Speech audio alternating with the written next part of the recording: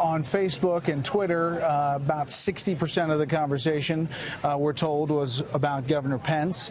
They don't say whether that's positive or negative, but it is a lot of focus on him.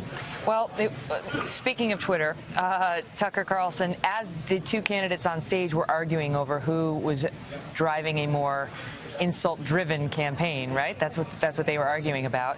Donald Trump was insulting Tim Kaine and tweeting out, retweeting people who had tweeted, "Kaine looks like an evil crook out of the Batman movies."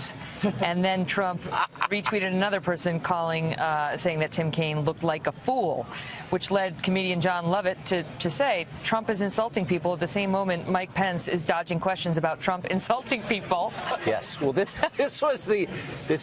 Mr. Trump is now at the center of this conversation again tonight. What a shock. He wasn't on stage. But they were kind of making parallel arguments. So Kaine he made it consistently from beginning to end, the argument that Trump has disqualified himself by the things that he has said. They are so unattractive, so appalling that he can't be president. Pence was making the argument that Hillary has disqualified herself by the things that she has done. They have been so ineffectual. They haven't worked. She's responsible for the America we're all dissatisfied with.